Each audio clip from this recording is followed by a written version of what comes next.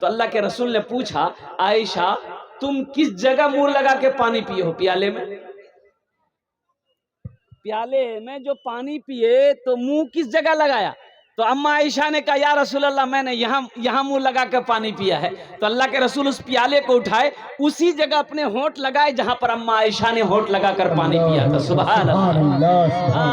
आज तो ये आलम है, आज तो ये आलम है, अगर बीवी अगर पानी पी ले बदनाम है तो शोहर कहेगा तोर मुंह बहुत भाके छू।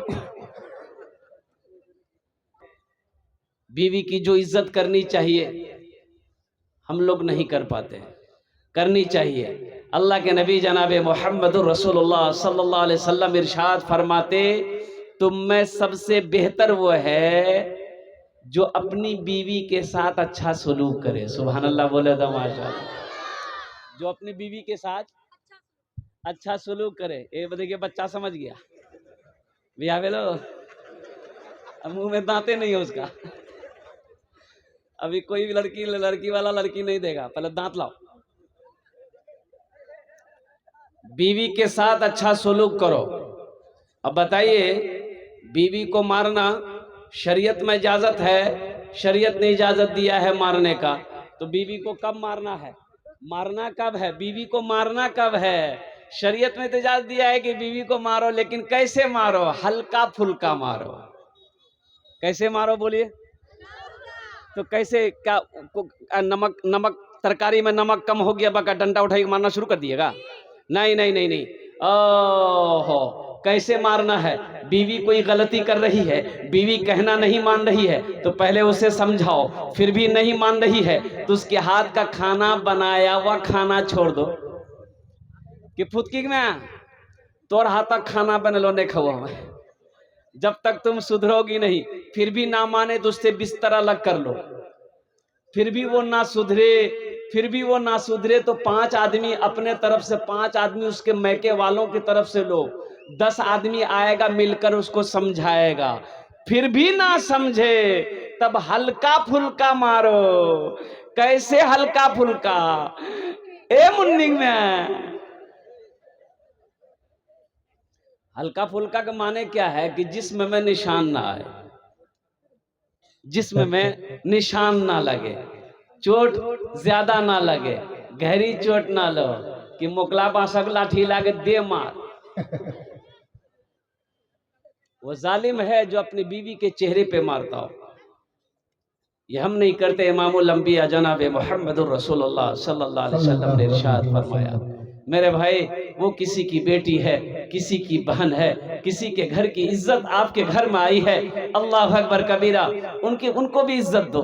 वो भी तो चाहती है कि मेरा शौहर हमसे मोहब्बत करे। वो भी तो चाहती है कि जिस तरीके से हम शौहर से मोहब्बत करते, मेरा शौहर भी हमसे मोहब्बत करे। यही तो एक पैगाम लेकर जाइए। एक आदमी की बीवी अब बुढ़िया थी बेचारी, अब उतनी भी उम्र नहीं थी, वो बुढ़िया थी, बीमारी भी, कोमा में चली गई। कोमा में चली गई यानी कोमा उसे कहते हैं जो आदमी बेहोश हो जाए, हाथ उत हिले नहीं। ये बुढ़वा समझ कि मर ले बुढ़िया, पूरे बस्ती हल्ला कर दिया कि बुढ़िया मर गेले। अब लोग रिश्तेदार साले जो जमा हो गए, कोई कब्र बना रहा है, कोई बांस बत्ती कर रहा है। हा जनाजा की नमाज पढ़ते पढ़ते और शाम का टाइम हो गया, अंधेरा हो गया। जनाजा उठा लेकर सारे लोग चले। अब इत्तेफाक कहिए कि रास्ते में ना बिजली का खंभा था, वो जनाजा एक आदमी लेके टकरा गया उस बिजली खंभा में। वो बुढ़िया उठी बैठी गई, वो तो मरी नहीं थी, कोमा में थी बुढ़िया बेचारी, कोमा में थी। वो उठ के बैठ गई। तो वो अब कितने लोग तो भाग गए, किसी तरह लोगों ने इसे घर लेके आया। अब कुछ महीनों के बाद हकीकत में बुढ़िया मर गई। वो हकीकत वो बुढ़िया की मौत हो गई। फिर गुस्ल दिया, जनाजे की नमाज पढ़ी। अब फिर जब जनाजा लेके जाने लगा तो बुढ़वा सबसे आगे था, सब कलमा पढ़ रहा था, ला इलाहा इल्लल्लाह मुहम्मदुर रसूलुल्लाह, अशहदु अल्ला इलाहा इल्लल्लाह व अशहदु अन्ना मुहम्मदुर रसूलुल्लाह। अब बुढ़वा आगू आगू बोली जिल की, ए भैया खंभा बचा के चलिए, खंभा बचा के चलिए, खंभा बचा के चलिए। कहे फिर न ठोकर लगी, जब फिर बुढ़िया उठी बैठी थी। अपनी बीवी को इज्जत दो। इंशाल्लाह अपनी बीवी को इज्जत देंगे इंशाल्लाह। इंशाअल्लाह। कितने लोग तैयार है, जरा हाथ उठाए इंशाल्लाह। इंशाअल्लाह। हाँ, औरतों के साथ अच्छा सलूक करना है, अपने बीवियों के साथ अच्छा सलूक करना है। अब कुर्बान जाइए, क्या नबी की सीरत है, नबी की सीरत को देखो। अल्लाह अकबर कबीरा। अम्मा आयशा रदी अल्लाह ताला अन्हा सबसे छोटी बेटी बीवी है, अल्लाह के रसूल की सबसे छोटी बीवी। अल्लाह के रसूल की कितनी बीवी थी भाई? 11। कितनी बीवी थी? 11 बीवियां थी। इनमें सबसे छोटी है हजरत अम्मा आयशा सिद्दीक़ा रदी अल्लाह ताला अन्हा की जात है। कुर्बान जाइए। अम्मा आयशा पानी पीकर प्याला रखी तो अल्लाह के रसूल ने पूछा, आयशा तुम किस जगह मुंह लगा के पानी पिए हो? प्याले में जो पानी पिए तो मुंह किस जगह लगाया? तो अम्मा आयशा ने कहा, या रसूल अल्लाह मैंने यहाँ मुंह लगा कर पानी पिया है। तो अल्लाह के रसूल उस प्याले को उठाए, उसी जगह अपने होंठ लगाए जहां पर अम्मा आयशा ने होंठ लगाकर पानी पिया था। सुभान अल्लाह। आज तो ये आलम है, अगर बीवी अगर पानी पी ले बदनाम है तो शोहर कहेगा तोर मुंह बहुत भाके। नबी की सीरत देखो, नबी की जिंदगी देखें। अल्हम्दुलिल्लाह सुम्मा अल्हम्दुलिल्लाह।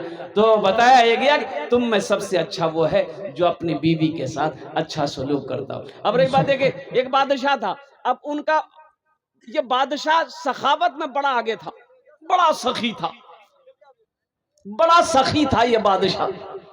एक बात याद रखेगा, जो सखी होता है ना, वो जब तक सखावत करेगा नहीं उसे चैन नहीं मिलेगा। जो सखी होता है जब तक वो सखावत करेगा नहीं उसे चैन नहीं मिलेगा।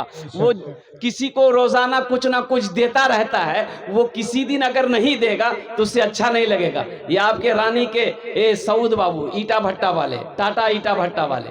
अब मैं आपको क्या बताऊं, इस इलाके में जहां भी जलसा होता है उनका चंदा वहां पहुंचता है अल्हम्दुलिल्लाह। तो मैंने एक बार कहा कि सऊद बाबू अल्लाह आपको बहुत देगा। एक जुमला बोला, वो जुमला बोला कि हजरत अल्लाह देता नहीं है तो हम खर्च कैसे करते हैं? अल्लाह अगर देता नहीं है तो हम खर्च करते कैसे हैं? और दूसरा जुमला वो ये बोला कि हजरत जानते हैं जिस दिन हम खर्च नहीं करते हैं अल्लाह के रास्ते में उससे उस दिन हमको अच्छा नहीं लगता। अल्लाह ने दिया भी है बेशुमार, और अल्लाह देता उसी को है जो अल्लाह के रास्ते में लुटाता है। अल्लाह कहता है हमने तुम्हें माल दिया, तुम खर्च करते रहो, तुम खर्च करते रहोगे हम तुम्हें देते रहेंगे। अगर तुम रोक लोगे तो हम भी रोक लेंगे। पैसा दिया है, दौलत दिया है, खर्च करो। अगर तुम रोकोगे तो मेरा अल्लाह कह रहा है कि मैं भी रोक लूंगा। ये बादशाह के बड़ा सखी बादशाह था। तो मछली खाने को तबीयत चाहा तो मछुआरे से कहा कि मुझे जिंदा मछली चाहिए, नदी से पकड़ के ले आ। वो मछुआरा जाल डाला, एक बड़ी मछली, रेहू मछली वो मिल गई, लेके आया। तो जो बादशाह की बीवी थी ना, आहा, एक नंबर की बखील थी। अब बखील कहिए क्या? देखिए बखील के 4 क्वालिटी है। क्या क्वालिटी जी? बोला गिनती कीजिए। बखील कितना हुआ? कंजर, कंजूस, मक्खी चूस। ये सबसे लास्ट क्वालिटी, ये सबसे लास्ट क्वालिटी है। कुर्बान जाइए, अल्लाह अकबर कबीरा। एक आदमी का पैर में कांटा गर गया, और कांटा ऐसा गड़ा के एकदम आर पार हो गया, पैर पकड़ के बैठ गया। तो लोग जमा हो गए, चिल्लाने लगा, भैया काटो करी गिलो, पैरों में काटो करी गिलो। तो लोगों ने कहा कैसे, खाली पैर थे क्या? बोला कि हाँ। तो बोले चप्पल जूता? बोला जूता है हमर हम लटकलो छे। बोले तो जूता काहे न पहले? बोले नहीं भैया अल्लाह करम जी हमर पैरे छेदा बिली, जूता हमर बची गिलो। ये सबसे लास्ट क्वालिटी का ये बखील होता है। और एक बात याद रखिएगा, हदीस के अंदर में आता है कि बखील की दोस्ती अल्लाह से नहीं हो सकती। बखील की दोस्ती अल्लाह से नहीं हो सकती। बखील चाहे जितनी नमाज पढ़ ले, अल्लाह से उसकी दोस्ती नहीं हो सकती है। बखील चाहे जितना कुरान पढ़ ले, अल्लाह से उसकी दोस्ती नहीं हो सकती है। बखील चाहे जितना रोजा रख ले, रोजा पे रोजा रख ले, 12 महीना रोजा रख ले, वो अल्लाह से उसकी दोस्ती नहीं हो सकती है। जो सखी है, जिसका हाथ खुला हुआ है, जो दानी है, उलमा फरमाते हैं उसका अमल थोड़ा है लेकिन वो अल्लाह का दोस्त है। बेशक बेशक। ये बादशाह के पास में वो मछुआरा वो मछली लेके आया, बोला हुजूर ये मछली है, बोला रखो, खुश हो गया। तो बादशाह ने 500 दिरहम निकाल के उसको दिया, ये ले जा। तो उसकी जो बीवी थी वो बोली तोर दिमाग खराब है नहीं, एक छोटी सी मछली के लिए 500 दिरहम दे दिया। बादशाह बोले अरे जाने दो, गरीब है। बोला नहीं, खाना बंद कर देंगे आपका, हम मछली वापस करवाइए, पैसा लीजिए उसे। देखिएगा कभी कभी शौहर भी बीवी के आगे ना मजबूर हो जाता है, ज्यादा बोलवा बस समझीला, झमेला रख लो जी। उससे आप जीत पाइएगा। रोड के किनारे में एक बीवी बोले जा रही है, शौहर पर बोले जा रही, तोर घर में खुशी नहीं मिल रहा, तोर घर में ये मिल रहा, तोर घर में कजर, तोर जिंदगी में नहीं रहे, वो हमें चलो, वो ये करवो वो करवो। लोग सब जमा भाई बोले गए रामधन नहीं गए बेचनी में, रामधन माफ करी देन, छोड़ी देन। ये बेचारा चुपचाप मरी सुनी। लोगों ने समझाया अल्लाह की बंदी जाने दे, शौहर है, माफ करी देन। बोले ठीक है, ये तो राजी जब बोली जानी हमें माफ कर दीजिए, लेकिन अल्लाह पर सौंपी सोपल के, या अल्लाह अगर वो गलत छे नहीं वो मरी जाओ, या अल्लाह अगर हमें गलत छीन तो हमें बेवा भाजो। समझ लागी, यानी दोनों तरफ तहे मरो, हमें नहीं मरवो।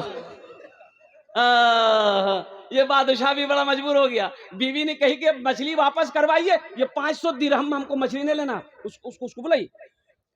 तो बादशाह ने बोला कि कैसे बोले, हम बादशाह हैं भाई, मछली हम ले लिए, अब उससे पैसा हम कैसे लें। तो बीवी बोली कि एक आइडिया है, इससे पूछिए कि ये मछली मादा है कि नर है, ये नर है कि मादा। अगर वो बोले कि नर है तो आप बोलिएगा कि नहीं हमको मादा चाहिए भाई, नर मछली नहीं चाहिए, तुम मछली ले जाओ, पैसा लगा।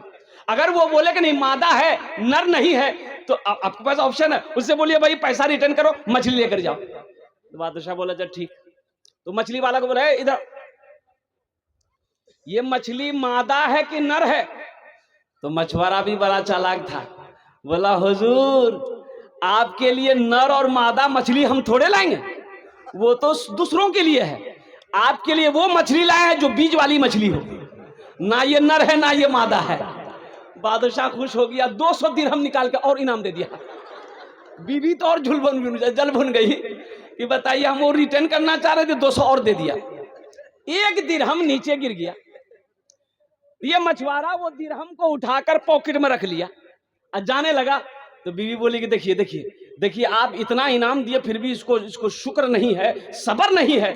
देखिए यही एक बहाना है, ये पैसा आपका गिरा है, ये उठा के पॉकेट में रख लिया, उसको बुलाइए, बोले तुम चोर हो, और इसी बहाने उसका सब पैसा रिटर्न कीजिए, मछली लेके जाएगा। बादशाह बोला इधर आया, बोला तुमको इतना इनाम दिए फिर ये मेरा दिरहम गिरा, इसको उठा के तुम पॉकेट में काहे रखे। तो मछुआरा बोला कि हुजूर इस पैसे में आपकी तस्वीर छपी है, आपका फोटो छपा है, नीचे गिरा रहता कोई पैर दे देता तो बेअदबी ना होती, इसलिए इसको उठा के हम सीने से लगा लिए। बादशाह बोला बहुत अच्छा, 200 दिरहम और इसको इनाम दो। मेरे भाइयों एक बात याद रखना, जिसके अंदर में सखावत है, जिसके अंदर में सखावत करने की आदत है, दान करने की आदत है, वो कभी सखावत से बाज नहीं आएगा। इसलिए अल्लाह सखी है, सखावत करने वाले को पसंद करता है। मेरा अल्लाह सखी है, मेरा अल्लाह दानी है, मेरा अल्लाह गनी है, मेरा अल्लाह सखी है, सखावत करने वाले को पसंद करता है, सखावत करने वाले को मेरा अल्लाह दोस्त रखता है। और एक बहुत बड़ा सखी हजरत उस्मान गनी रदी अल्लाह ताला अन्हु बहुत बड़े सखी है। एक बात याद रखिएगा, कुर्बान जाइए मुअज़्ज़ज़ सामईन किराम, बड़ा बड़ा बखील इस दुनिया से गुजरा। एक बखील ऐसा बखील था, इतना बड़ा बखील था, हालांकि नौजवान था, बूढ़ा भी नहीं था, नौजवान था लेकिन था बखील था। पूरे इलाके में उसकी शोहरत थी कि इससे बड़का वकील आज तक पैदा हुआ ही नहीं। 1 रुपया का सिक्का वो बाजार लेके जाता था, अब पूरे मार्केट घूम लेता था, 10 गो 5 गो चाय पी के दूसरे का पान खा के वो घर आ जाता था, सिक्का हफ्तों गुजर जाता था, खर्चा नहीं होता था। शादी किया, शादी करके आया और बीवी को सामने बिठाया, बीवी से बोला कि हंसो तोरा मालूम जो हमें खाना में की खाई। तो बीवी बोले कि हमरा की बताते की खाई जा। बोले सुन लिख है हमें की खाई। बीवी बोली कि बोलिए क्या क्या खाइएगा आप, जो खाइएगा वही बनाएंगे। बोले कि नहीं सुनो, गोश्त हम नहीं खाते हैं, मछली हम नहीं खाते हैं, अंडा हम नहीं खाते हैं, दूध दही हम नहीं खाते हैं, साग सब्जी हम नहीं खाते हैं, यानी साग सब्जी में कोई सब्जी नहीं खाते हैं। तो बीवी बोली ते खाई जागी। बोले मैं खाली दाल खाई। तो बीवी बोली कि दाल आप खाइएगा, हम थोड़े खाएंगे। बोले नहीं खाना पड़ेगा, इस घर में वही बनेगा जो हम चाहेंगे। तो बीवी बोली कि ठीक है, आप मेरे शौहर हैं, आपकी फरमा बरदारी करना मेरी जिम्मेदारी है, ठीक है दाल ही बनाएंगे। और कुर्बान ये 3-4 महीना लगातार सुबह दाल, दोपहर दाल, रात दाल, तीनों टाइम के दाल खेलो जाओ, बाबू कैदी फेल हो जाएगा। बीवी बोले ने किसी दिन कि बहुत मन करे जा माछ खाने ली, लट्ठी लेके खड़ा हो जाए, चुपचाप रहो खाली दाल बनेगा। अब ये अच्छी पीती घराने की लड़की थी, 7 भाई की इकलौती बहन थी। 3 महीना में ये बच्ची सूख के कांटा हो गई, हड्डी नजर आने लगा बदन में। 3 महीने के बाद मैके गई तो भाइयों ने जब अपनी बहन की शक्ल को देखा तो भाइयों ने कहा कि की गे दैया बीमार छलेगी गे, अरे हड्डी नजर आ रहा है, खाना नहीं खज लेगी गे। तो बच्ची आंसू नहीं रोक पाई। बोले भैया कौन वकील ब्याह करेला, खाली दाल खिलावी भैया हमरा। बोले कने गोश माछ। बोले नहीं गोश माछ नहीं भैया, गोश माछ बोली ना लाठी लगा मारे जिलो। बोला अच्छा ठीक है, आंसू पोछो और दाल हमरा से निकाली दी। दाल निकाल देंगे। दोपहर का खाना खाया, अपनी बहन को एक टेबलेट दिया, नींद की टेबलेट, कि जाओ घर जाओ, रात में दाल बनाना, दाल में इस टेबलेट को मिला देना, मिलाकर उसको खिलाओ, जब वो बेहोश हो जाएगा हम लोग पहुंचेंगे, फिर उसका ऑपरेशन करेंगे। 4 भाई पहुंचा, रात में ये दाल बनाई, नींद की गोली मिला दी, ये जैसे खाया बेहोश हो गया। 4 भाई पहुंचा और उसको पूरे बदन में कफन पहनाया, पहले कफन पहना दिया पूरा, चारपाई उठा के उस रूम से दूसरा रूम ले गया। चारों भाई 4 काला लिबास पहना, चेहरे पे निकाब बांधा और 4 कोड़ा लेके 4 कोना में खड़ा हो गया। अब वो जैसे ही नींद की गोली के 2-3 घंटा जो गुजरा, अब वो नींद की गोली के असर खत्म हुए, होश आया तो उठ के बैठ गया। और जब उठ के बैठा देखा बदन में कफन और 4 आदमी कोड़ा लेके खड़ा है। तो पूछा गया भैया तो आदमी के जा। तो बोला हमरा से के जी, उतरा बाद हम पता चली तू हम लोग फरिश्ता हैं, तुम मर चुके हो, तुम अब उस दुनिया में नहीं हो, उस दुनिया से इस दुनिया में आ गए हो, जल्दी तैयार हो जाओ मेरे सवालों का जवाब देने के लिए। बोला कैसा सवाल? तो उन लोगों ने पूछा कि ये बताओ दुनिया में अल्लाह की नेमतों में से तुम कौन कौन सी नेमत खाए? बोला भैया खाली दाल खिला।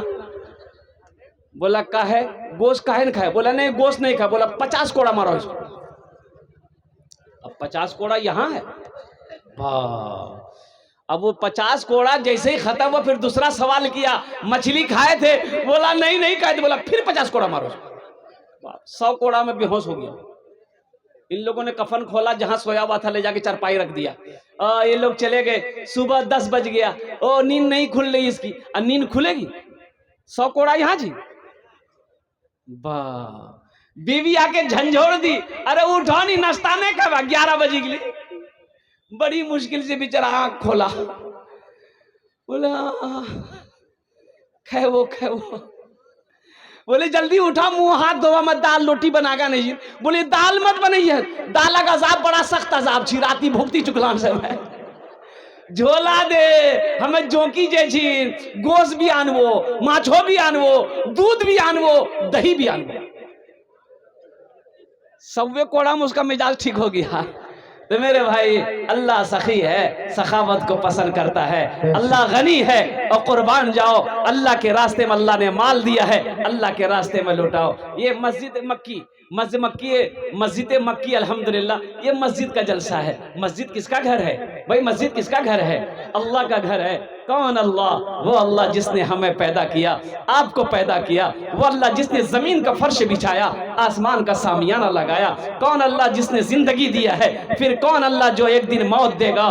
फिर अल्लाह अपनी कटघरे में खड़ा करके मेरा अल्लाह पूछेगा, मेरा बंदा दुनिया से आया है, मेरे लिए क्या लाया? मौलाना मंजूर नोमानी साहब दामद बरकातहू, मदरसा दारुल उलूम 0 माइल, वो फरमा रहे थे ये अररिया जिला ही के अंदर में कौन बस्ती, वो बस्ती का नाम लिए थे, मुझे जहन में नहीं आ रहा। वो बहुत पुरानी मस्जिद थी, फूस की मस्जिद। किसकी मस्जिद थी बोलिए? अच्छा देखिए, अभी आज हिंदुस्तान में बहुत सारी मस्जिदें आज हमारी ऐसी है जो वीरान पड़ी हुई है, ताला लॉक है बहुत जगहों पर। अभी ये पटना में एक मस्जिद के बारे में फेसबुक में आया था कि गैर मुस्लिमों के बस्ती में वो मस्जिद है। गैर मुस्लिमों की बस्ती में अभी वहां गैर मुस्लिम है, एक मस्जिद थी, वो मुसलमान लोग रहते थे। वो खुदा बेहतर कब वो हिजरत करके वहां से चले गए। अब वो मस्जिद यूं पड़ी हुई है, बताया गया कि वहां पर जो चराग जला रहा है वो हिंदू भाई लोग चराग जला रहे हैं। आज उस मस्जिद में वो कुछ लोग उलमाए किराम घूमने के लिए गए थे, तो उन्होंने वहां की इजाजत ली कि भाई हम लोग आजान दे सकते हैं। बोला हाँ आप लोग शौक से आजान दे सकते हैं, कोई दिक्कत नहीं है। इस मस्जिद में झाड़ू वगैरह लगाना तो हम लोग की जिम्मेदारी है, हम लोग झाड़ू वगैरह लगाते हैं, चराग वगैरह जलाते हैं। तो पहली आजान अल्हम्दुलिल्लाह उन लोग उलमाए किराम कुछ पहुंचे थे घूमने के लिए, तो उन लोगों ने आजान दी, मस्जिद को क्या कहते साफ सफाई किया। मेरे भाई बहुत सारी ऐसी मस्जिदें हैं जो आज वीरान है। क्या वजह है? क्या वजह है? अभी आज एक फिल्म निकली है, एक फिल्म चल रही है, एक फिल्म जिसका नाम है पठान। वहां देखो बच्चा नहीं पता इसको चौथा कलमा पढ़ने बोलिए तो नानी मर जाएगी। चौथा कलमा याद नहीं है, दुआए कुनूद याद नहीं है, दुआए मासूरा याद नहीं है, जनाजे की दुआ याद नहीं है। अब कौन फिल्म रिलीज हुई उसको पता है। इस फिल्म की मुखालिफत हुई, सिनेमा हॉल फुल हो गया। लोग 1-1 हजार 2-2 हजार का टिकट ले लेकर इस फिल्म को देखा। क्यों देखा?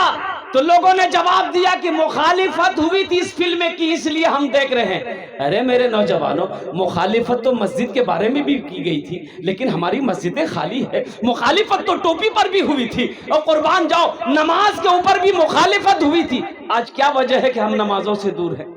मस्जिद हमारी पूर्ण नहीं हुई। ऐसी एक वीरान मस्जिद थी। औरतें लोग धूप में जाड़े के टाइम में बच्चा को लेकर सिहन में बैठती थी, मस्जिद का सिहन में धूप खाने के लिए। वीरान मस्जिद थी, कोई अजान देने वाला नहीं।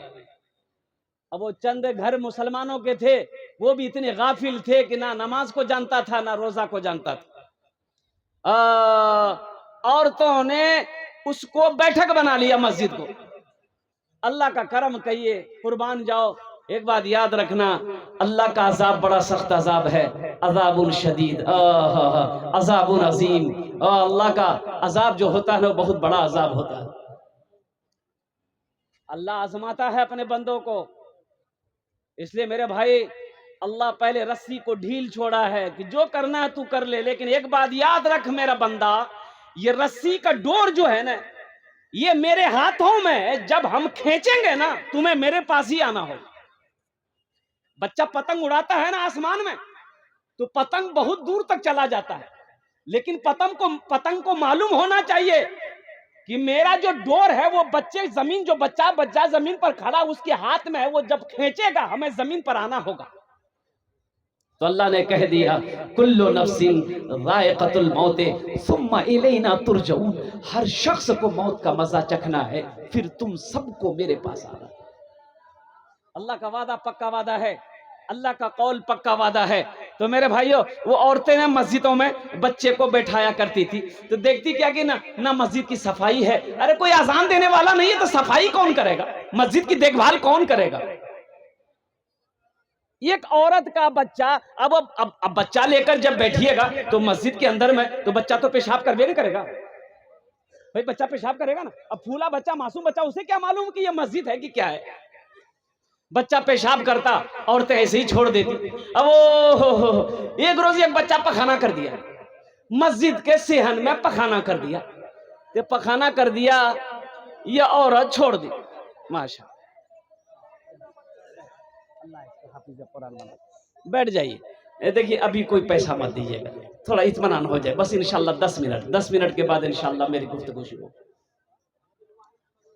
ये औरत का बच्चा मस्जिद में पखाना कर दिया।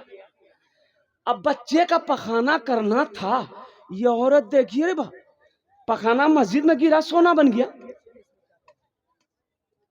क्या बन गया? सोना का दिम्मा बन गया।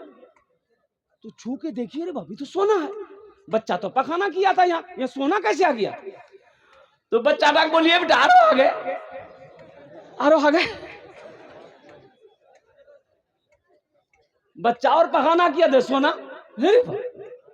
यह औरत चुपके से सोने को आंचल में बांधी बच्चा को लेके घर आ गए। अब रोजाना उसी टेम्पो जाके मस्जिद में बच्चा को बैठा देती थी और जबरदस्ती बोलती थी बेटा आ गया। देखते देखते फूस का घर था इसका, ईंट आ रही है, पुख्ता का मकान बन रहा है।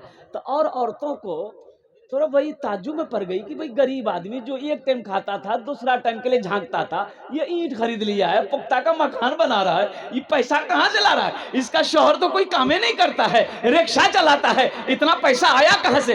औरतें इसके पीछे लग गई कि आखिर कोई बात जरूर है, कहीं से इसको खजाना हाथ लगा। ये चुपके से 2 टाइम सुबह शाम मस्जिद में बच्चा को बैठा के पखाना करवाती। ये एक औरत इसके पीछे लग गई कि दिन भर देखे ये जाती क्या है, करती क्या है। ये देखी झांक करके, गरीब बाप पखाना करवा रही, सोना निकल रहा है। वो भी औरत बोलियो, वो भी अपने बेटे को लेके आई, बोला बेटा खूब खूब भागा यहाँ पर।